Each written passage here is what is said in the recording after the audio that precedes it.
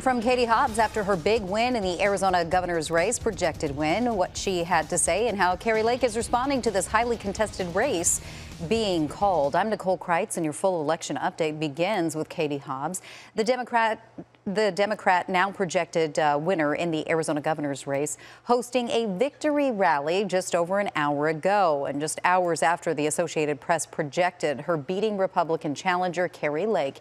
Here's Kylie Cruz. For the first time since election night, we heard from now Governor-elect Katie Hobbs. Her daughter introduced her. She only spoke for about 8 minutes, and she spent a good amount of time talking about defending democracy. In this election, Arizonans chose solving our problems over conspiracy theories. We chose sanity over chaos. And we chose unity over division.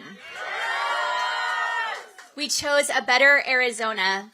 And we chose democracy. Hobbs also spoke about her goals for her administration. She outlined a few of them, including investing, she says, in public schools, making it easier to go to trade school, making government more transparent, and securing and modernizing water supply. The biggest applause, though, came when she spoke about her goal to restore women's reproductive rights in Arizona. I will use every tool at my disposal to restore the reproductive rights that we've been guaranteed for the last 50 years.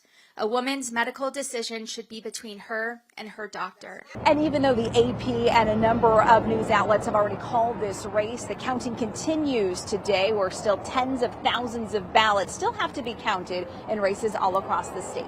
Reporting here in Phoenix, I'm Kylie Cruz for Arizona's Family.